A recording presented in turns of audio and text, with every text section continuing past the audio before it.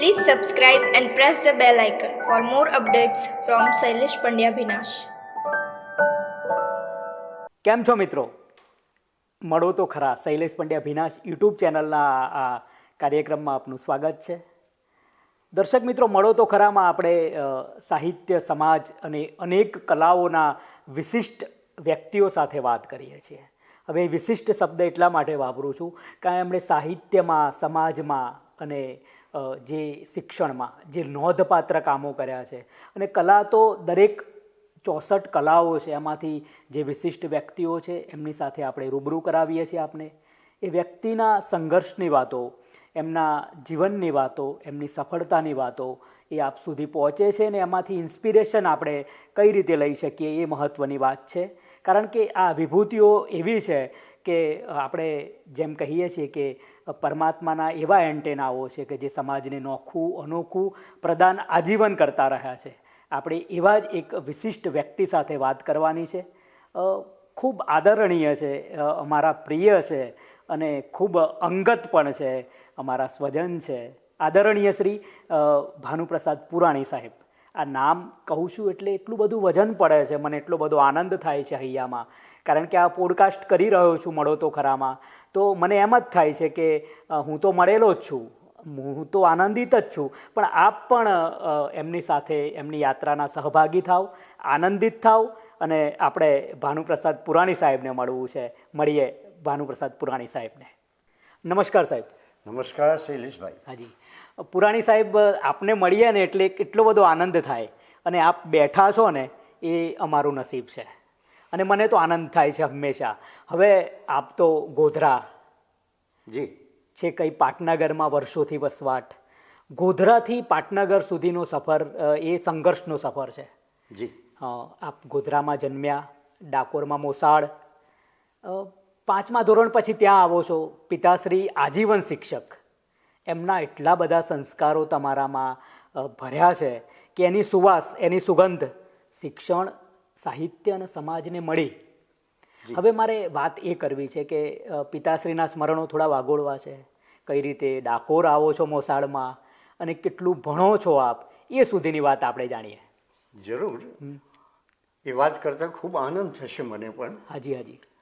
શૈલેષભાઈ, વાત તો એમ છે કે 1 જુલાઈ 1939 મારો જન્મ, બીજા વિશ્વયુદ્ધના સમયમાં. ઓહ વાહ.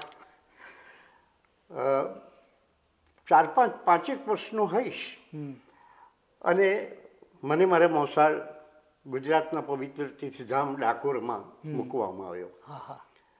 મારા પિતાજી એ સમયે સુરત જિલ્લામાં શિક્ષક તરીકે નોકરી કરે. હાજી હાજી. મારા દાદીમાને ઝામરના રોગને કારણે થોડોક અંધાપો અને મારા દાદા મકાન બનાવતી વખતે પાટડો નીચે પડી ગયેલો એટલે કમરમાં થોડી ખૂંદ પણ ખરી. થોડુંક કૌટુંબિક વાતાવરણ પણ કલુષિત ખરું. એટલે મારા બાપુજીને ઈચ્છા થઈ કે ભાઈ, એટલે કે હું ડાકોર મારા મોસાળમાં રહું તો સારું. એટલે એ રીતે 4-5 વર્ષની ઉંમરે મને ડાકોરમાં મૂકવામાં આવ્યો. મને આનંદ છે એ વાતનો કે 1947ની 15મી ઓગસ્ટે ડાકોરમાં ટાવરની નીચે ઊભા રહીને ઝંડા ઊંચા રહે હમારા એ રાષ્ટ્રગીત અમે બધા છોકરાઓએ, વિદ્યાર્થીઓએ ગાયેલું, એનો હું સાક્ષી છું. વાહ. આમ તો 2 વર્ષ હું ડાકોરમાં રહ્યો. મારા મામા આમ બહુ જ કુશળ, એ સમયમાં 3rd ઇંગ્લિશ 7મું ભણેલા, પણ એકના એક હોવાને કારણે મારા નાની એમણે કહ્યું કે ના, મારા દીકરાને હું બહાર તો ન જવા દઉં. એટલે તલાટીની નોકરી મળેલી હતી છતાં એ સમયે એમને બહાર જવા ન દીધા. પણ એમનું પેઇન્ટિંગ કામ તો શૈલેષભાઈ અદ્ભુત. વાહ. યજમાન વૃત્તિ પણ કરે, પેઇન્ટિંગ કામ કરે અને ઘરે એક અડધા શટલનો એ જમાનાનો વેલોર સીવવાનું મશીન, એની પર દરજીકામ પણ કરે. આજુબાજુના વિસ્તારોની અંદર લગ્ન પ્રસંગ હોય કે કોઈ પણ માંગલિક પ્રસંગ હોય, મારા મામાને બોલાવે અને ખડીથી ચિતરેલી દિવાલ પર ઉડતું વિમાન દોરે, આગબોટ દોરે, ગણેશ દોરે, એમની ચિત્રકળાના વિશે તો હું શું કહું. આજે પણ એ મને યાદ છે. વાહ. હું 2 વર્ષ ત્યાં રહ્યો અને આઝાદી પહેલાં 1945માં મારા પિતાજીને આસિસ્ટન્ટ ડેપ્યુટી એજ્યુકેશન ઇન્સ્પેક્ટર તરીકે ખેડા જિલ્લા નડિયાદમાં પ્રમોશન સાથે બદલી થઈ. એ જમાનામાં મુંબઈ ઇલાકો ગણાતો હતો. વાહ. કારણ કે ગુજરાત રાજ્યની સ્થાપના તો 60માં થઈ. 60માં થઈ, સાચી વાત છે. એટલે સમગ્ર મહારાષ્ટ્ર, વિદર્ભ, આખું ગુજરાત એ બધું મળીને મુંબઈ ઇલાકો કહેવાય. સાચી વાત છે. પિતાજી ત્યાં આજે આસિસ્ટન્ટ ડેપ્યુટી એજ્યુકેશન ઇન્સ્પેક્ટર તરીકે 45માં આવ્યા અને પછી એમણે મને ડાકોરથી નડિયાદ બોલાવી લીધો.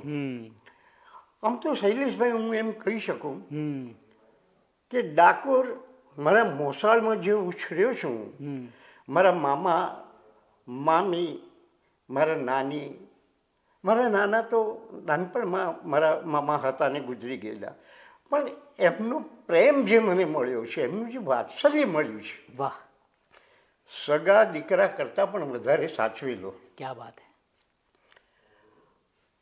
મને તે વખતના અનુભવો તો બહુ ખાસ યાદ નથી, પણ ડાકોરની ગૌશાળાની પ્રાથમિક શાળામાં હું 1લું અને 2જું ધોરણ ભણ્યો. હું 3જા ધોરણમાં આવ્યો અને મારા બાપુજીએ મને નડિયાદ બોલાવી લીધો.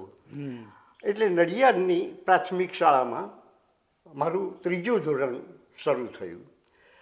હું નડિયાદમાં પ્રાથમિક શાળાના 3 ધોરણથી 7 ધોરણ સુધી ભણ્યો. કહેવું હોય તો હું આનંદથી કહી શકું અને ગૌરવથી પણ કહી શકું હાજી હાજી હાજી કે મારા મોસાળ ડાકોરે મને પ્રેમ આપ્યો. વાહ. વાત્સલ્ય આપ્યું. વાત્સલ્ય આપ્યું, મમતા શું કહેવાય એ હું શીખ્યો. હાજી હાજી હાજી.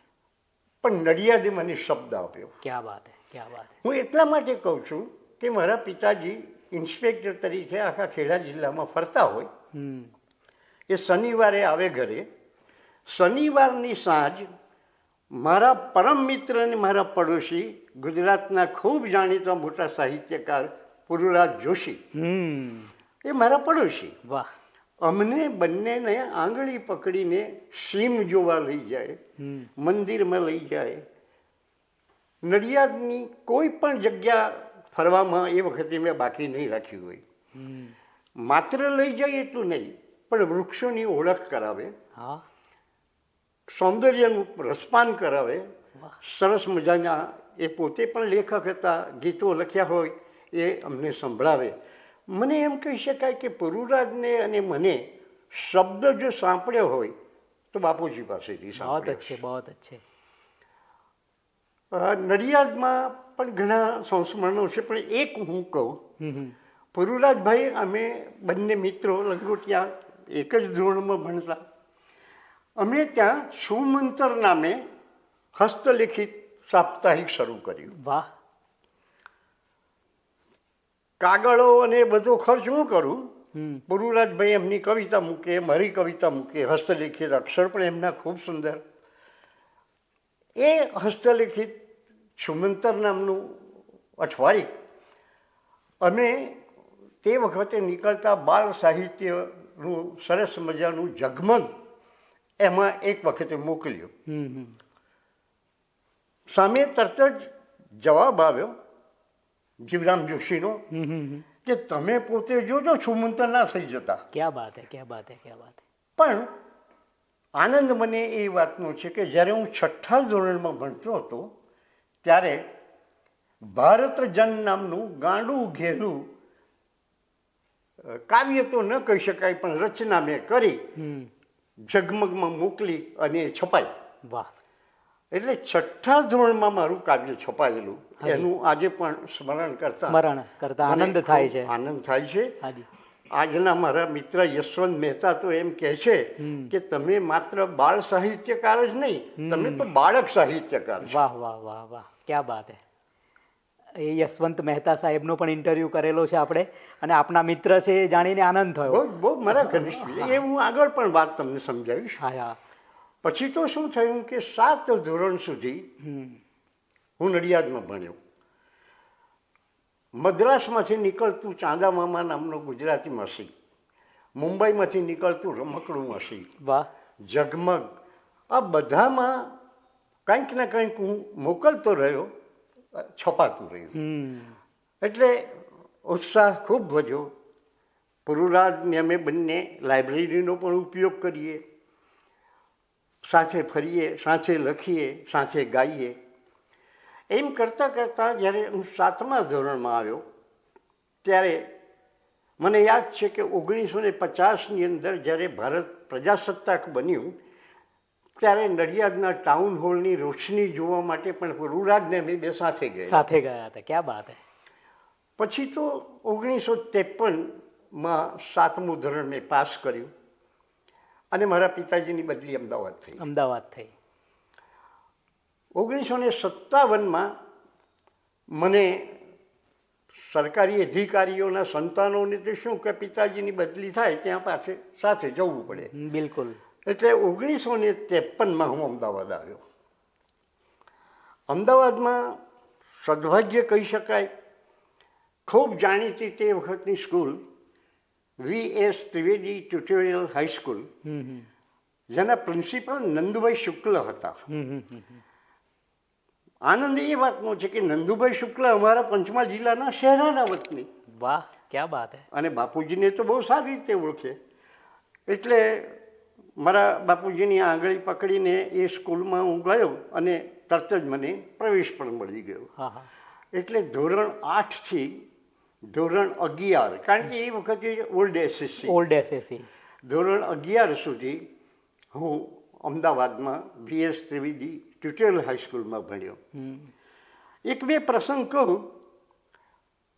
1956 મહાગુજરાતનું આંદોલન ચાલે, રેલી, તોફાનો, સરઘસો, એનો દોર ચાલ્યા કરે. મને રાજકારણમાં પણ રસ્તો ખરો. એક દિવસનો પ્રસંગ મને યાદ આવે છે. શાળા છૂટેલી, સાંજના 5 વાગ્યા હશે, અને દફતર લઈને મારી શાળાની બહાર ફૂટપાથ પાસે હું ઊભો રહેલો. ત્યાં એક મોટું સરઘસ સામેથી આવ્યું. સરઘસમાં આગેવાન ઇન્દુલાલ યાજ્ઞિક સાહેબ.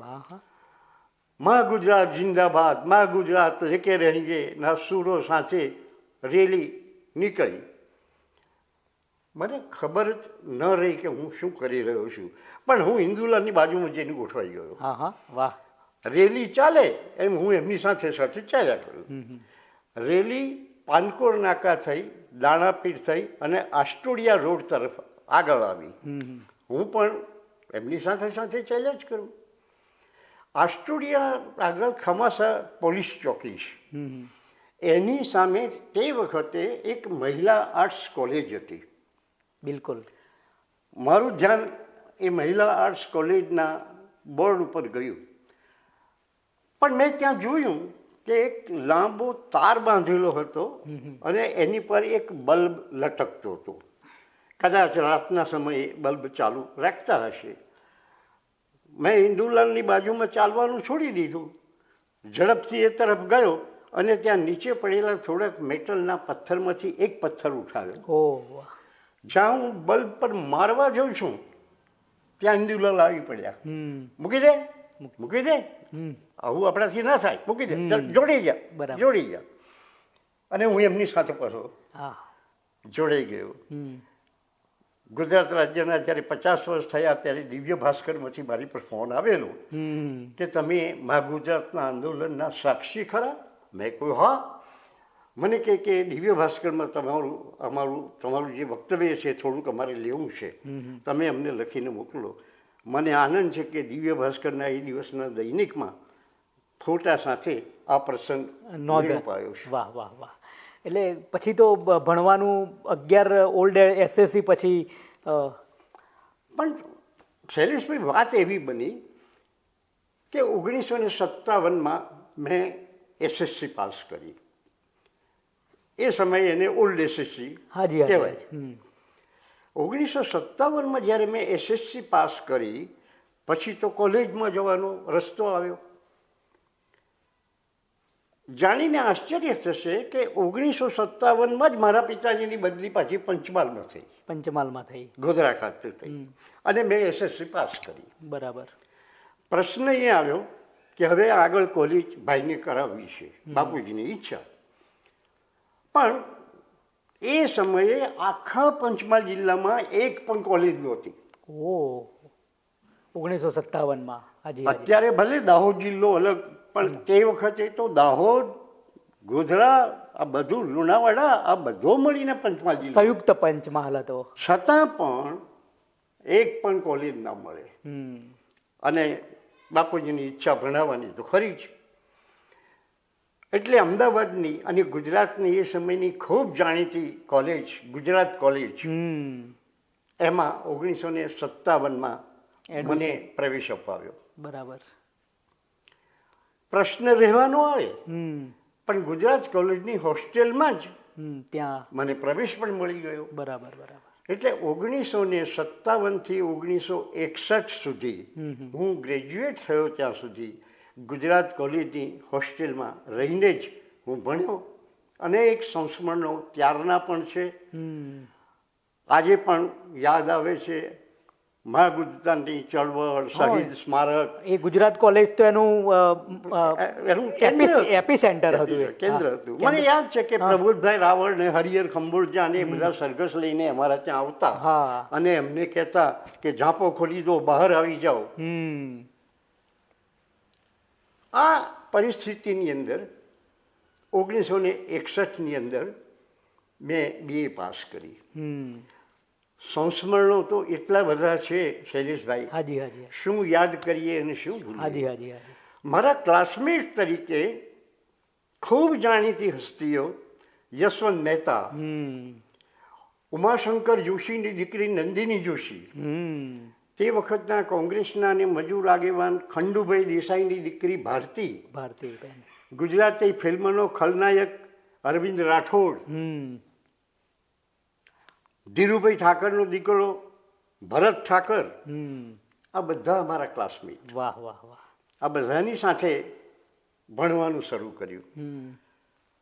શરૂઆતમાં મેં ગુજરાતી વિષય જ રાખેલો, પણ પરિસ્થિતિ એ હતી કે ગુજરાતી વિષયના ક્લાસમાં પોણા ભાગની છોકરીઓ હતી, છોકરાઓ બહુ ઓછા. એટલે બાકીના હોસ્ટેલમાં રહેતા છોકરાઓ અમારી મજાક કરે કે તમે તો જનાના ક્લાસમાં છો. એટલે ઇન્ટર આર્ટ્સ પછી મેં ગુજરાતી છોડી દીધું અને ઇકોનોમિક્સ પોલિટિક્સ સાથે વાહ મેં BA કર્યું. BA કર્યું. લખવાનું તો મારું ચાલુ જ ચાલુ હતું. છે. હા હા. 12 હપ્તાની અંદર લીકુ અને વિકુ નામની બાળ વાર્તા જીવન ઘડતર નામના માસિકમાં મારી છપાઈ. વાહ. એ સિવાય પણ પથિકમાં, ઝગમગમાં, બાલ સંદેશમાં, ચાંદામામાં, આ બધામાં શરૂઆતમાં બાળ સાહિત્ય, શરૂઆત જ બાળ સાહિત્યથી થઈ. બાળ સાહિત્યની રીતે ચાલુ રહ્યું. ત્યાં એક ઘટના બની. મારા બાપુજી જ્યારે ડેપ્યુટી એજ્યુકેશન ઇન્સ્પેક્ટર તરીકે અમદાવાદમાં હતા ત્યારે અમે ખાનપુરમાં રહેતા હતા. બરાબર. અમદાવાદના એક એરિયા ખાનપુર ભરડિયાવાસ. અમે એક 15 રૂપિયાના ભાડાની એક ઓરડીમાં 4 જણા રહેતા હતા. મારી બહેનો 2, હું અને બાપુજી વગેરે. અમારી પડોશમાં એક પ્રાથમિક શાળાના શિક્ષિકાબેન રહેતા હતા. એ સ્વાતંત્ર્ય સેનાની હતા. 1942ની ચળવળમાં એમણે શિક્ષક તરીકે રાજીનામું આપી દીધેલું. એવા એ મોટાબેન આનંદીબેન પટેલ, આનંદીબેન પુરાણી, એમની અટક પણ પુરાણી જ હતી. એમને સ્વાતંત્ર્ય સેનાનું તામ્રપત્ર પણ મળ્યું. વાહ વાહ. અમે જે ફળિયામાં રહેતા હતા ભરડિયાવાસમાં, એનાથી થોડે જ દૂર શેતપુર નામનું એક બીજું ફળિયું, એમની બેન ત્યાં, અને એ પણ ભણે. 1959માં એ છોકરી સાથે મારા ભાઈ વિશાળ થયા. એટલે 1959માં હું તો ઇન્ટર પાસ થયેલો. 19/5/59ના રોજ મારા એ આનંદીબેનની બેન સાથે લગ્ન થયા. વાહ. ધામધૂમથી થયા, ગોધરા ખાતે થયા. વાહ વાહ, અમને બંને ભણવાનું તો ચાલુ જ ચાલુ હતું. જ હતું. એ વખતે 8મા કે એવા ધોરણમાં ભણે, અને હું કોલેજમાં. 4 વર્ષનો તફાવત અમારી વચ્ચેનો. હાજી હાજી હાજી. એ ગ્રેજ્યુએટ થયા, હું પણ ગ્રેજ્યુએટ થયો, અને ધીમે ધીમે અમારો સંસાર ચાલુ શરૂ થયો. 1961માં જ્યારે હું ગ્રેજ્યુએટ થયો, ત્યારે એ જ વર્ષે મારા પિતાજી નિવૃત્ત થયા, વાહ. રિટાયર્ડ થયા. મારે આગળ ભણવું હતું, એટલે મેં MA જોઈન કર્યું. તે વખતના ઓનરરી મેજિસ્ટ્રેટ અને એક હાઈસ્કૂલના પ્રિન્સિપાલ હિંમતલાલ સોલંકી, એ મારા સસુર પક્ષના પરિચિત, એમની મહેનતથી, એમના પ્રયત્નોથી અમદાવાદની એક સ્કૂલમાં વેકેશનનો પગાર નહીં લેવાની શરતે 100 રૂપિયા અને પગાર લો તો 75 રૂપિયા, એવા પગારથી 1962માં નોકરી શરૂ કરી. મારા પત્નીએ કોલેજના પ્રવેશમાં પહેલા વર્ષમાં પ્રવેશ લીધો. બન્યું એવું કે એ વખતે મેં એમને એવી શરત કરેલી કે મને છેલ્લા 2 પીરિયડ ફ્રી આપજો, કારણ કે મારા MAનો ક્લાસ જે છે એ સાંજનો ચાલતો હતો. સાંજનો ચાલતો હતો. 3 બસ બદલીને સરસપુર બાલકૃષ્ણ હાઈસ્કૂલમાં હું હતો. સરસપુરથી કાલુપુર આવું, કાલુપુરથી બસ બદલીને લાલ દરવાજા આવું, અને લાલ દરવાજાથી બસ બદલીને ગુજરાત કોલેજ જાઉં. ત્યાં અમારું સાંજનું MAનો ક્લાસ ચાલે. પહેલા 2 ટર્મ માટે એમણે મને આ મંજૂરી આપી અને ચલાવી લીધું. પછી હું બીજા વર્ષમાં આવ્યો MAના, અને એમણે ના પાડી દીધી કે એવું કોઈ ટાઈમ ટેબલ ગોઠવાતું નથી, એટલે હવે તને એ રીતે છૂટછાટ ના મળે. પરિણામે મારી 2 ટર્મ ગ્રાન્ટ થઈ, ત્રીજી ટર્મ ગ્રાન્ટ ન થઈ. 1962-63 એક વર્ષ મેં ત્યાં નોકરી કરી શિક્ષક તરીકે. વિદ્યાર્થીઓમાં ખૂબ પ્રિય બન્યો. એક નાટક, એ અરસામાં ચીને આપણી પર આક્રમણ કરેલું 62. હા, 62માં. તો યુદ્ધમ શરણમ ગચ્છામી એ નામનું એક નાટક નારાયણભાઈ તપોધનનું લખેલું, એ પણ મારા દિગ્દર્શન હેઠળ વાહ. થયું. ઘરમાં પિતાજીને કે કોઈને ખબર નહીં, પણ 1963ના વેકેશનની અંદર એક અરજી મેં જિલ્લા શિક્ષણાધિકારી ગોધરા પંચમહાલ એ નામે કરી દીધી કે મારે અહીંયા નોકરી કરવા આવવું છે. સામેથી ઇન્ટરવ્યૂની તારીખ આપી અને મને ઇન્ટરવ્યૂમાં બોલાવ્યો. વાત તો લાંબી વધતી જ જાય છે, પણ 1963ના જૂન મહિનામાં એ ઇન્ટરવ્યૂમાં હું સફળ થયો, અને મને દેવગઢ વારિયાની PTC કોલેજમાં, એ વખતે બુનિયાદી અધ્યાપન મંદિર એમ કહેવાતું, એમાં અધ્યાપક તરીકે નોકરી મળી. 1 વર્ષ મેં ત્યાં નોકરી કરી. ત્યારે મને સમજાયું કે જો શિક્ષણ ખાતામાં રહેવું હોય તો B.Ed તો કરવું જ પડશે. બિલકુલ બિલકુલ. એ વખતે આખા ગુજરાતમાં સરકારી કહી શકાય એવી 2 કે 3 જ કોલેજો હતી, અને યુનિવર્સિટી પણ 2 કે 3 જ. ગુજરાત યુનિવર્સિટી, સરદાર વલ્લભભાઈ પટેલ યુનિવર્સિટી શરૂ થયેલી, અને મહારાજા સયાજીરાવ વડોદરાની યુનિવર્સિટી. મેં જુલાઈ મહિનાની અંદર અરજી કરી પોરબંદર ખાતેની RGT કોલેજમાં B.Ed થવા માટે.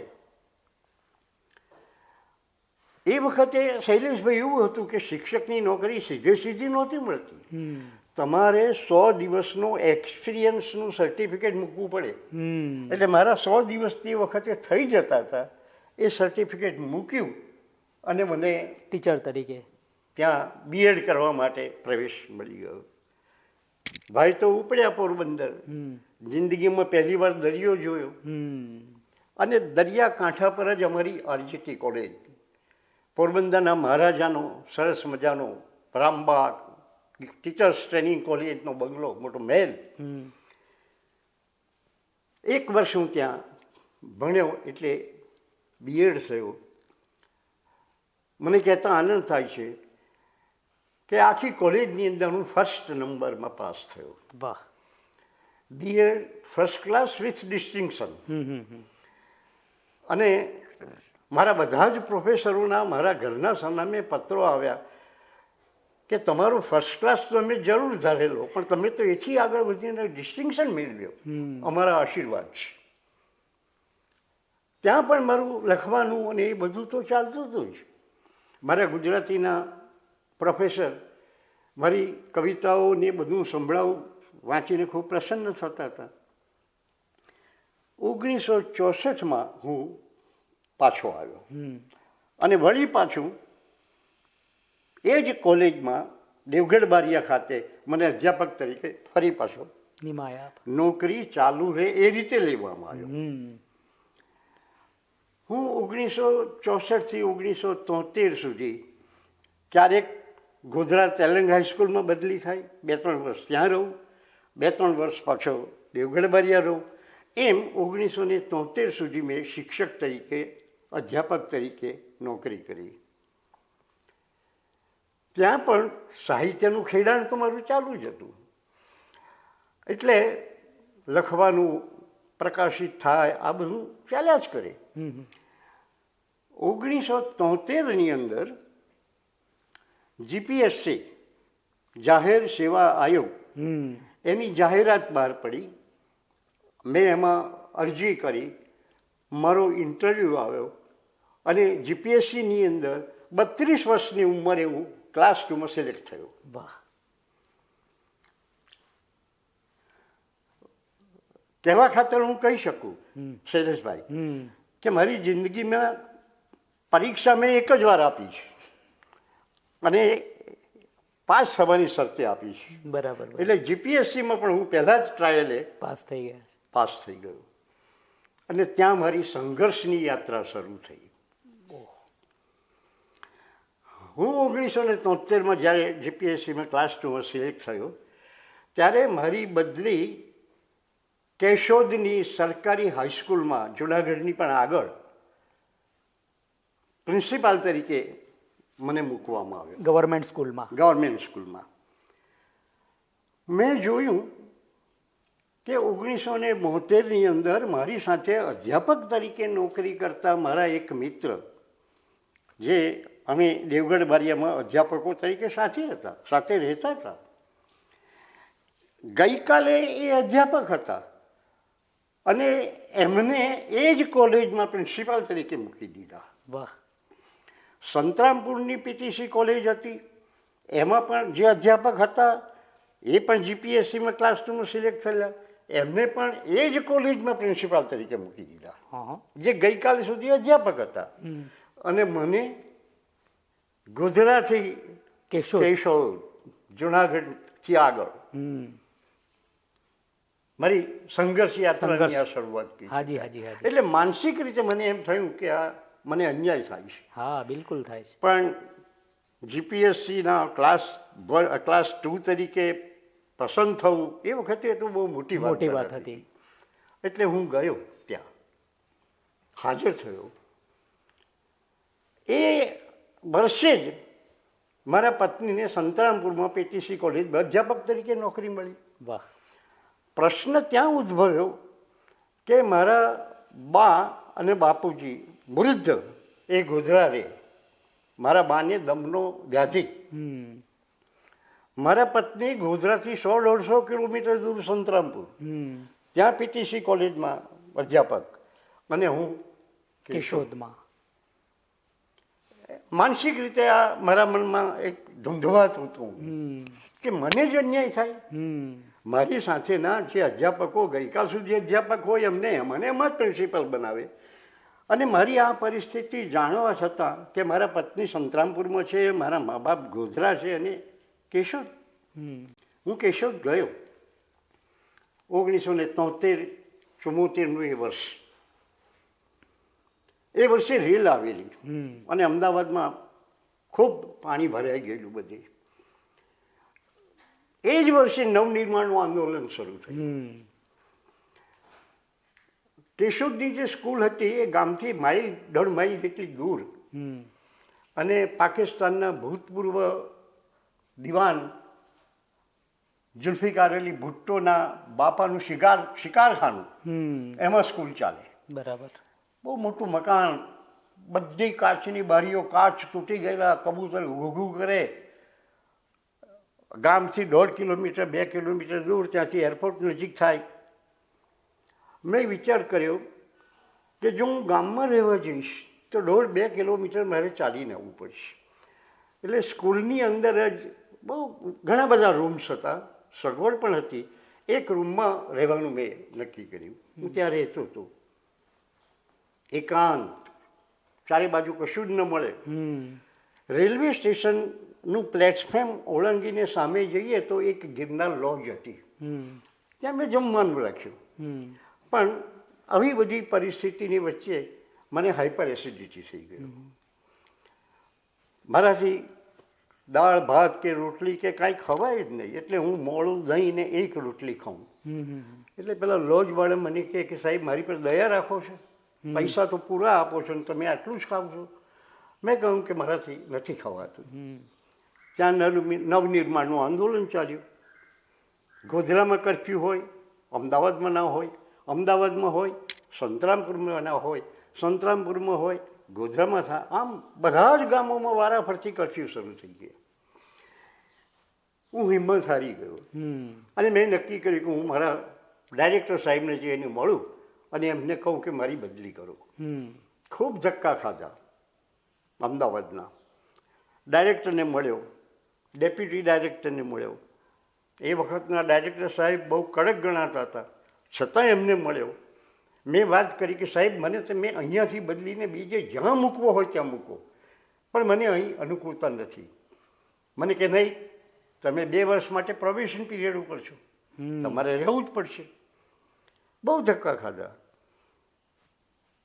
કેશોદથી અમદાવાદ આવું, ડાયરેક્ટરને મળું, ગોધરા જો મને ત્યાં કર્ફ્યુ આવી જાય એટલે ગોધરામાંથી બહાર ના નીકળાય. માંડ કર્ફ્યુ છૂટે, સંતરામપુર જાઉં, સંતરામપુરમાં કર્ફ્યુ આવી જાય. આવા સંઘર્ષ ભર્યા વાતાવરણમાં છેવટે હું કંટાળી ગયો. મારા બા દમ પીડિત, દમનો વ્યાધિ, બાપુજી એ પણ વૃદ્ધ થયેલા, રિટાયર્ડ થયેલા, વર્ષો વીતી ગયેલા. એક જ રસ્તો પછી મને સૂઝ્યો કે હું રિવર્ઝન માગી લઉં. ડાયરેક્ટરને જઈને મળ્યો. છેલ્લી વાર મેં વિનંતી કરી. એમણે કહ્યું કે ના ના ના ના, કોઈ બદલી ના થાય, 2 વર્ષ તમે પ્રોબેશન પીરિયડ ઉપર છો, તમારે રહેવું જ પડશે. હું મારી અરજી લઈને ગયેલો. કારણ કે શિક્ષક તરીકેની 8 વર્ષની મારી નોકરી હતી, એટલે ખાતામાં મારી નોકરી તો જૂની હતી જ. મેં એમાં લખ્યું કે મને મારા શિક્ષક તરીકે પાછો મૂકી દો. ડાયરેક્ટર મારી સામે જોઈને કહ્યું કે પુરાણી, તમને ખ્યાલ આવે છે તમે શું કરી રહ્યા છો? તમે રિવર્ઝન માગો છો? મેં કહું હા સાહેબ, મને પાછો મૂકી દો, પણ એક શરતે મૂકો કે મને મારા જિલ્લામાં મૂકજો. એમણે કહ્યું સારું. અને 1974માં મને રિવર્ઝન આપીને વળી પાછું ગોધરાની સરકારી તેલંગ હાઈસ્કૂલમાં પાછો મૂક્યો. તે વખતે જિલ્લા શિક્ષણ અધિકારી ગોધરાની ઓફિસમાં જે મારો ઓર્ડર આવેલો, ત્યાંના 1-2 મિત્રો મને ઓળખે. એમણે મને બોલાવીને કહ્યું કે તમને તો અહીંયા એડીઆઈ તરીકે મૂક્યા છે, આસિસ્ટન્ટ ડેપ્યુટી એજ્યુકેશન ઇન્સ્પેક્ટર તરીકે મૂક્યા છે. વાહ! મને આનંદ થયો. પણ ત્યાં પછી રમત રમાઈ ગઈ અને તેલંગ હાઈસ્કૂલના એક શિક્ષકે એક યા બીજી રીતે પોતાની વગ વાપરીને કે બીજી રીતે ગોઠવણી કરી એ શિક્ષકની બદલી તેલંગ હાઈસ્કૂલમાંથી એડીઆઈ તરીકે મૂક્યા અને એની ખાલી જગ્યા પર મને મૂક્યો. પણ મારી સ્કૂલનું જ્યારે ઇન્સ્ટ્રક્શન આવ્યું ત્યારે મારા પ્રિન્સિપાલે એમ કહ્યું કે શિક્ષણાધિકારી સાહેબ એમની પેનલ સાથે ઇન્સ્પેક્શનમાં અહીં આવવાના છે, પણ મને સૂચના આપી છે કે પુરાણી જે ક્લાસમાં પીરિયડ લેતા હોય ત્યાં આપણે નહીં જવાનું. એ તો પ્રિન્સિપાલ હતા અને આવ્યા છે. પછી તો મારા અભ્યાસ શિક્ષકો બધા મારી સાથે હોય એ મને પિંચિંગ કર્યા કરે. પતી ગયું, તમે જો જીપીએસસીમાં સિલેક્ટ થયેલા, તમે રિવિઝન માગી લીધેલું, તમે હવે ફરી કદી ના થઈ શકો, તમે હવે ફરી પ્રમોશનમાં જ આગળ વધશો. 3 વર્ષ થયા અને વળી પાછી જાહેરાત આવી વર્ગ 2ના જીપીએસસી માટેની. કોઈને ખબર ન પડે એમ મેં ફરી અરજી કરી. પ્રિન્સિપાલને જઈને કહ્યું કે સાહેબ તમે કોઈને કહેશો નહીં મેં અરજી કરી છે એમ. એ મારી અરજી વળી પાછી જીપીએસસીમાં ગઈ અને સેલેક્શન બીજી વાર પણ હું ક્લાસરૂમમાં સિલેક્ટ થઈ ગયો. વાહ વાહ વાહ. એટલે હું કહું છું કે એક પરીક્ષા મેં એક જ વાર આપી છે. વાહ. અને એમાં સફળ જ થયા છો. પછી તો 1979ની અંદર હું ક્લાસ ટીમમાં આવ્યો અને નસીબનો રસ્તો મારા માટે ખુલ્લો થઈ ગયો.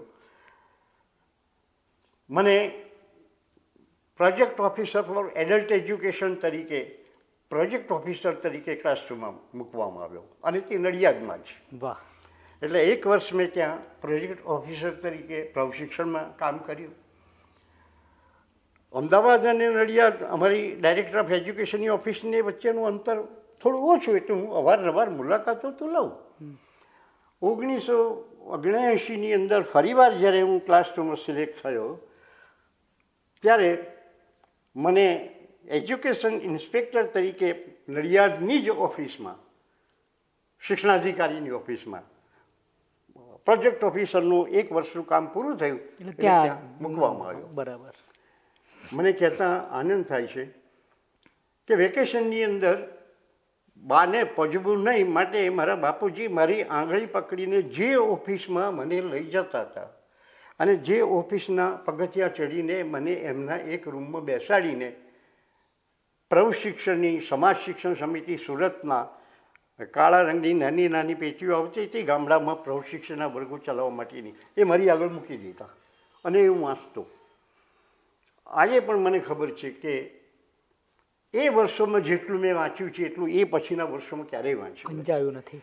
આખી પેટી એક ઉતારીને વાંચી લઉં, પૂરી થાય બીજી વાંચી લઉં. 5-6 વાગ્યા સુધી ઓફિસમાં હું બેસા રહું. ત્યાં એ જ ઓફિસમાં હું ક્લાસ 2 ઓફિસર તરીકે ત્યાં નિમણૂક પામ્યા તમે. અને એથી આગળ વધીને કહું તો એ પછી જ્યારે ક્લાસ 1માં મને પ્રમોશન મળ્યું ત્યારે પણ જિલ્લા શિક્ષણાધિકારી તરીકે હું એ જ ઓફિસમાં મુકાયો. નડિયાદમાં જ? નડિયાદમાં જ. વાહ. પ્રથમ ત્યાંથી જ શરૂઆત થઈ. હા. પછી ગાંધીનગર કઈ રીતે આવવાનું થાય છે? ગાંધીનગરમાં એવું થયું કે જ્યારે હું ક્લાસ 2 ઓફિસર તરીકે હતો ત્યારે ત્યાં જિલ્લા શિક્ષણાધિકારી તરીકે એક સાહેબ આવેલા. એમણે મારું કામ જોયું અને મારી પર એમને પ્રેમભાવ પણ ખરો. ખેડા જિલ્લાના ઘણા બધા સ્થળોમાં એ મને ક્યારેક લઈ પણ સાથે જાય. ખેડા જિલ્લો એ સમયે ગુજરાત રાજ્યનો શિક્ષણ ખાતાનો સૌથી મોટો વિશાળ જિલ્લો, ખંભાતથી વીરપુર. હા.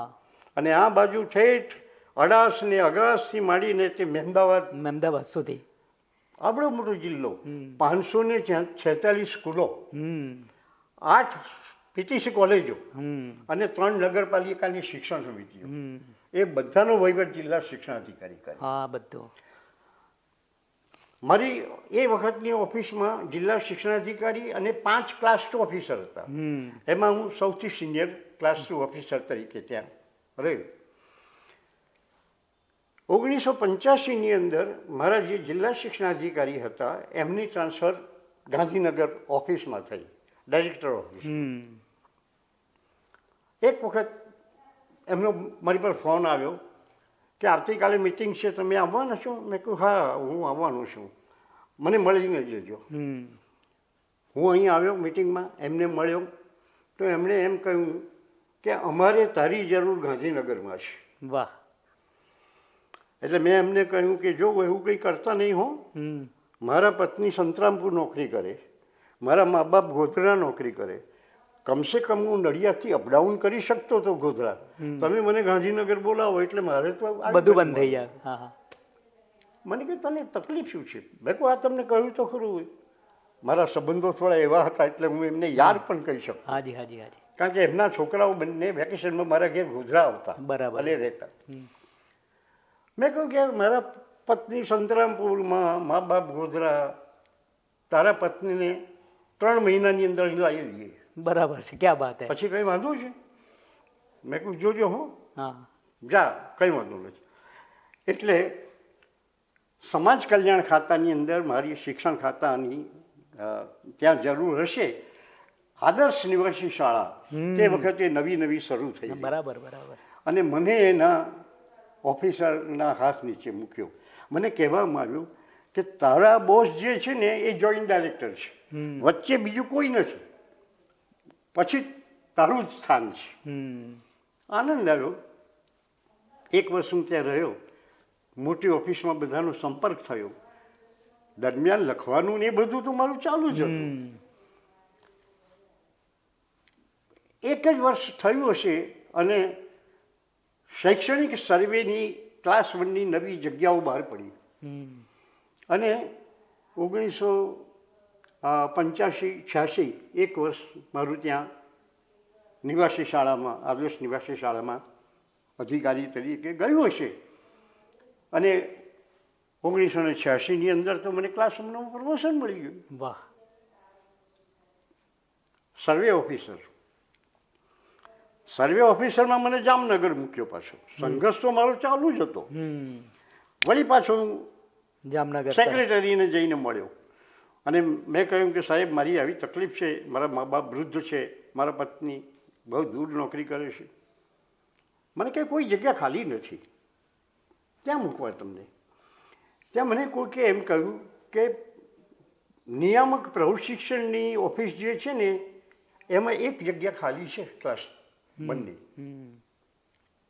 એના માટે ટ્રાય કર. એટલે વળી પાછો હું તો સેક્રેટરી સાહેબ પાસે ગયો. મેં કહ્યું, મને કે કોઈ જગ્યા ખાલી નથી, તમને ક્યાં મૂકવામાં આવે? મેં કહ્યું સાહેબ પ્રૌઢ શિક્ષણમાં 1 જગ્યા ખાલી છે. સારું સારું કહે છે. એમના પીએને બોલાવ્યો, તપાસ કરાવી કે હા 1 જગ્યા ખાલી છે.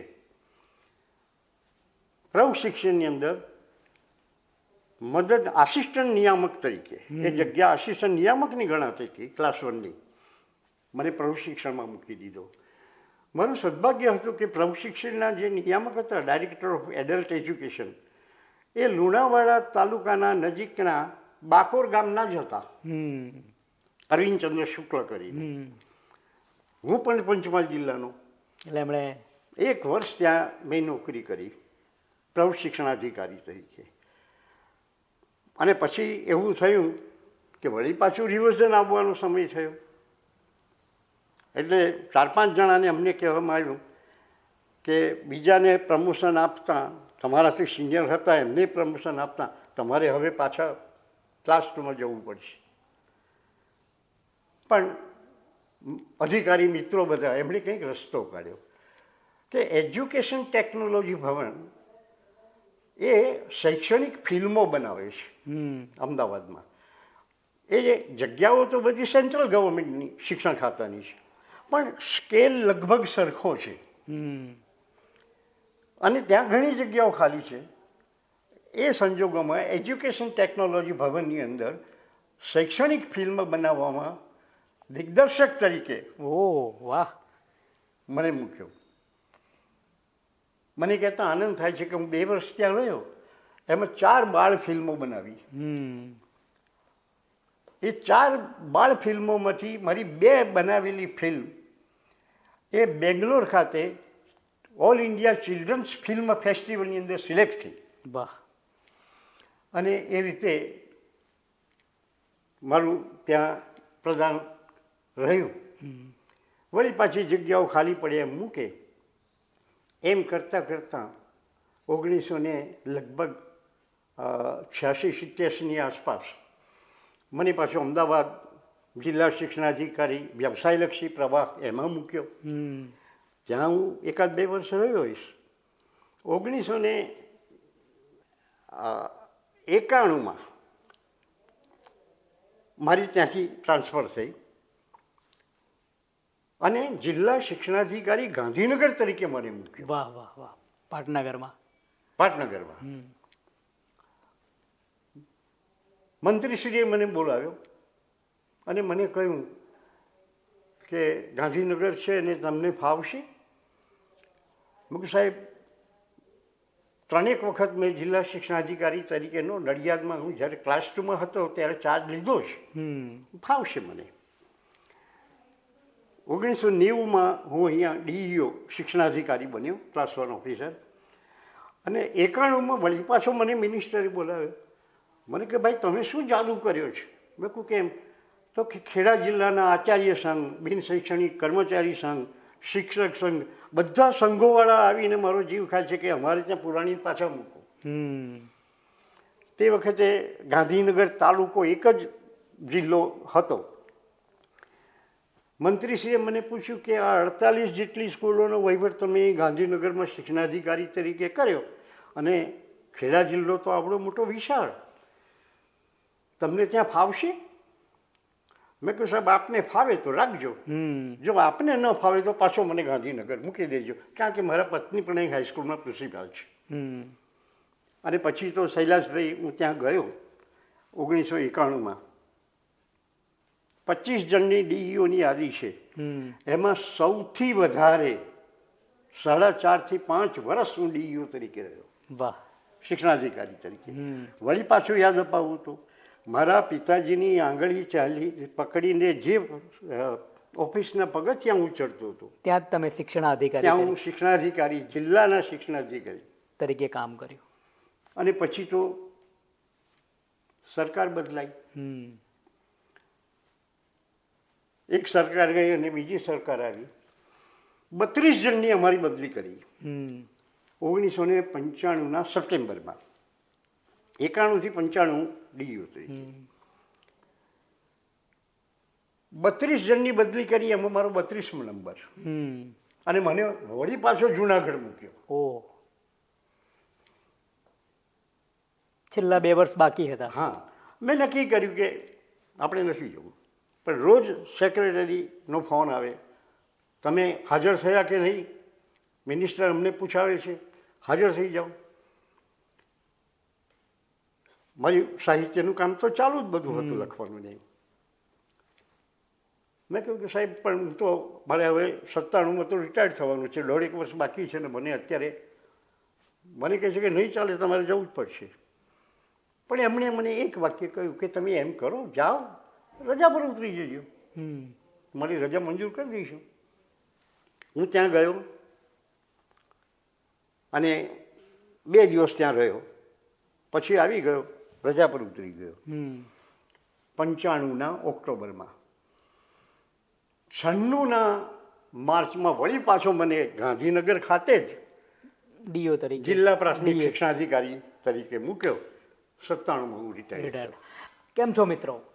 આદરણીય શ્રી ભાનુપ્રસાદ પુરાણી સાહેબની વાતો એટલી બધી છે, એમણે એટલું બધું અઢળક કામો કર્યા છે શિક્ષણમાં, સાહિત્યમાં, સમાજમાં અને રાજકારણમાં પણ ખરા એમ. એટલે અનેક વાતો છે, એમની સાથે વાતો કરવી એટલે આપણે એક ભાગમાં વાતો પૂરી કરી. આમ તો એક જ એપિસોડ કરવો હતો પોડકાસ્ટમાં, પરંતુ વાતો એટલી બધી લાંબી છે એટલે આપણે બીજો ભાગ પણ હવે શરૂ કરીશું. તો એમની સાથેની વાતો આપણે બીજા ભાગમાં પણ શરૂ રાખવી છે. નમસ્કાર. બીજા ભાગમાં ભાનુપ્રસાદ પુરાણી પાર્ટ 2માં આપણે એમની વિગતે સાહિત્યની ને આગળની વાતો સાંભળીશું. નમસ્કાર.